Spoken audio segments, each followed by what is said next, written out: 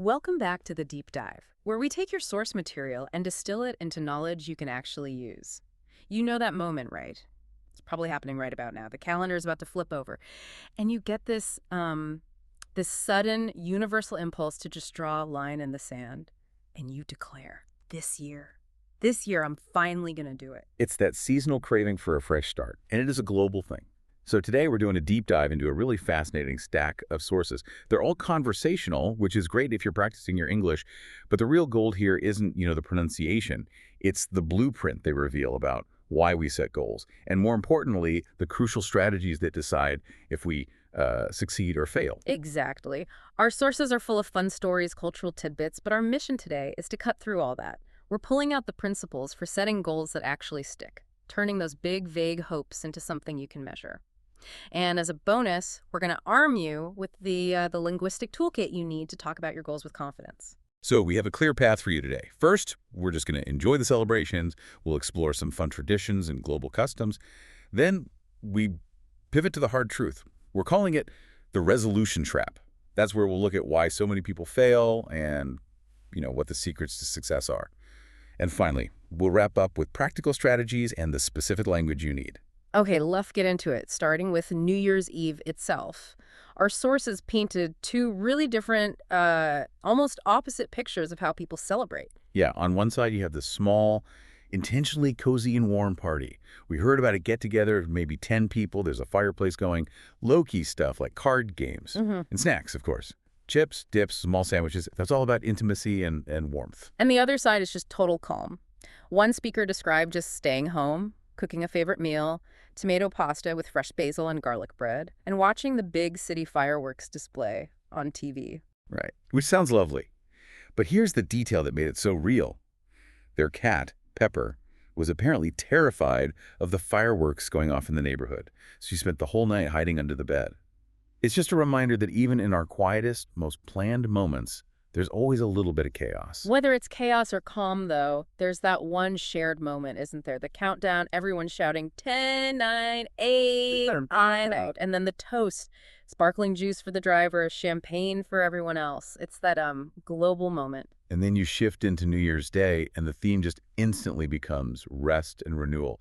A huge common thread was this idea of sleeping in. Waking up way later than usual, maybe 10 or 11 a.m., and then going for a long walk. That cold, fresh air just feels like a psychological reset, a fresh slate. And that leads right into connecting with family, making that phone call to your parents or having a big family brunch.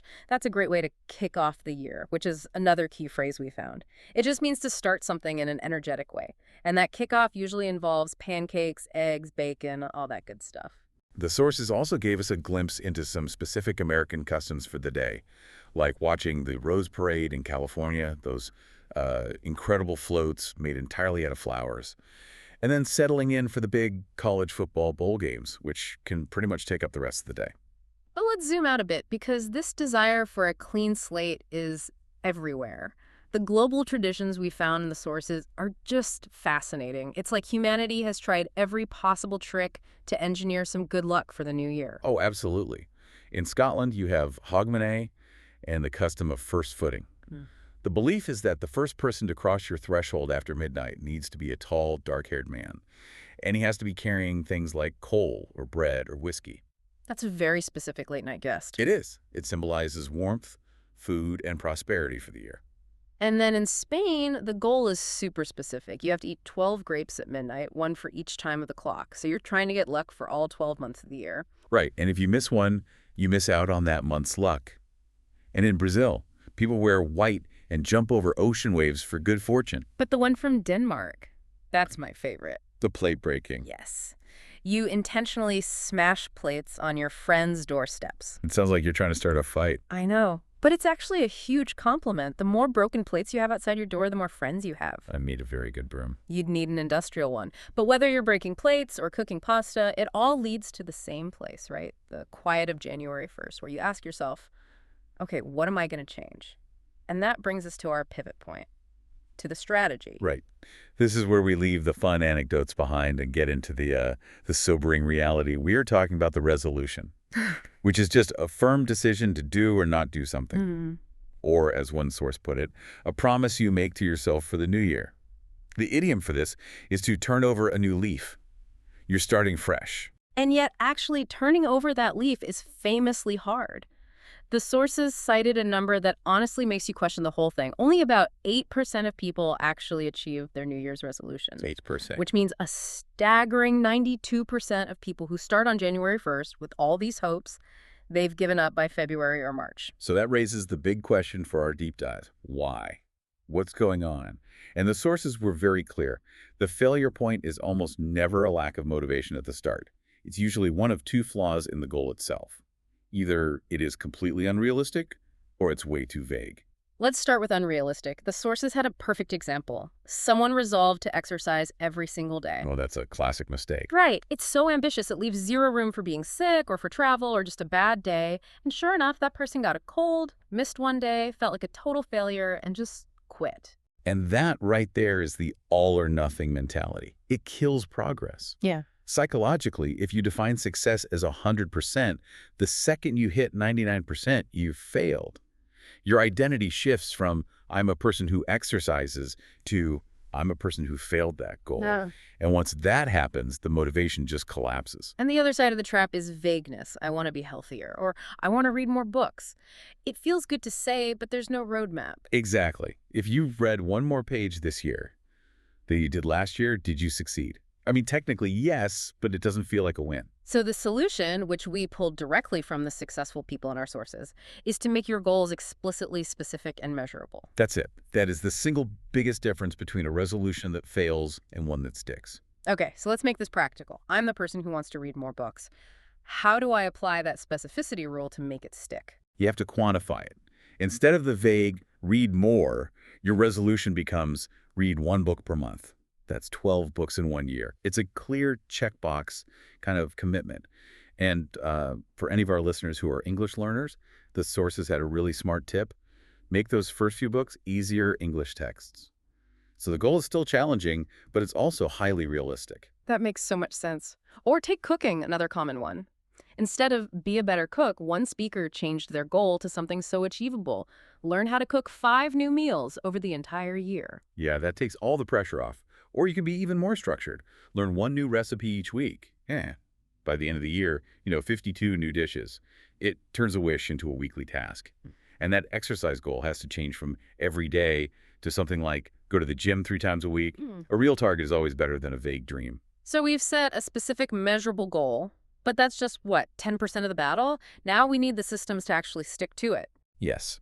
This is all about building effective systems so you don't have to rely on willpower. Because willpower is finite. It runs out. Our sources pulled together 6 really powerful strategies for this.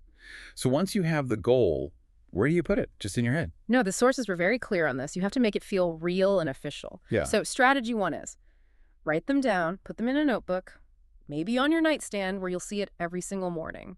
Just the act of writing it is a physical declaration of your commitment. Strategy 2 is so important, especially for big goals. Start small. We just talked about the danger of going too big too fast. It's better to focus on consistency, not intensity.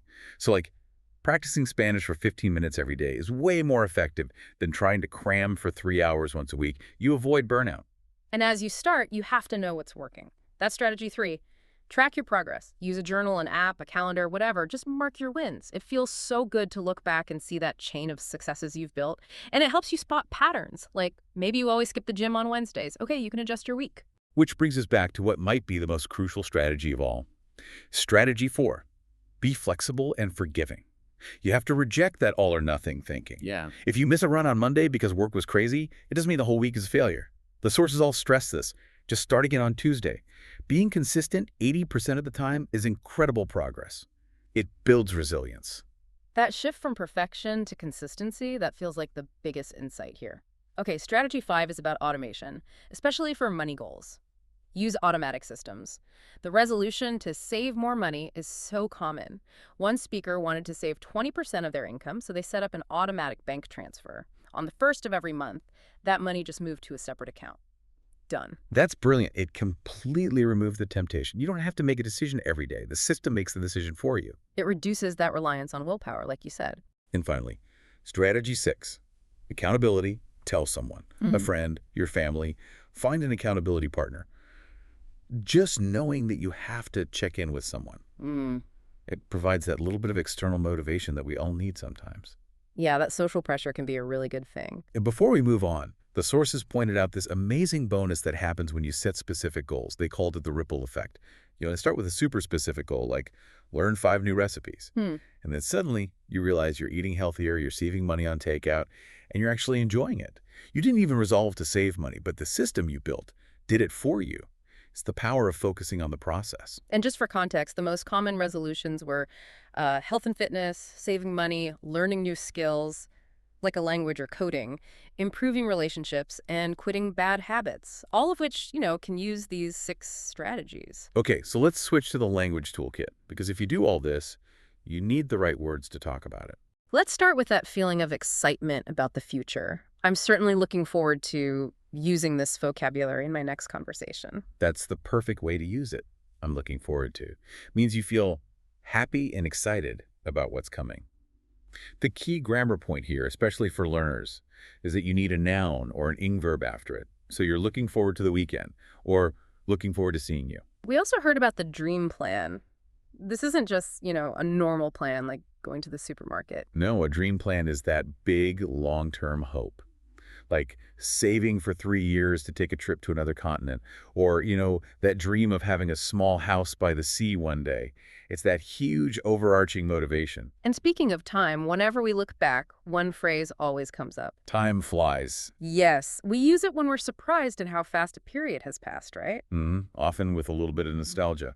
Wow, I started this 5 months ago. Time flies when you're making progress. We also talked about cozy earlier, which is just such a great word. It describes a place that feels warm, comfortable, safe, small in a good way. The exact opposite of a big, cold, formal place. And in the context of good luck traditions, we heard the word prosperity, which just means wealth and success. Right, especially when people talk about lucky New Year's foods, like black-eyed peas or certain kinds of seafood. And we have to include the strategic verbs themselves. We talked about reflection, which is just thinking carefully about the past, looking at your tracker and seeing what worked. And that we should always be grateful, thankful for the progress we've made, even if it's not 100%. Right. And just to quickly run through the other essentials from our strategy session, resolution, goal, achieve, commitment, stick to or keep, progress, habit, realistic, give up, and of course, motivation. If you can use those words confidently, you can talk about your future plans with anyone. What a journey. We started with the details of a cozy New Year's party and breaking plates in Denmark. And then we hit those hard stats, the 92% failure rate. And we ended with specific, actionable systems like automation and 80% consistency to make your goals real. The big takeaway for you, our listener, is that this isn't just material for a conversation. It's a toolkit for actual personal growth. The idea is to stop focusing on huge, vague changes and instead focus on specific, measurable actions that build sustainable systems. So let's end with a small, specific challenge for you right now, using what we learned today.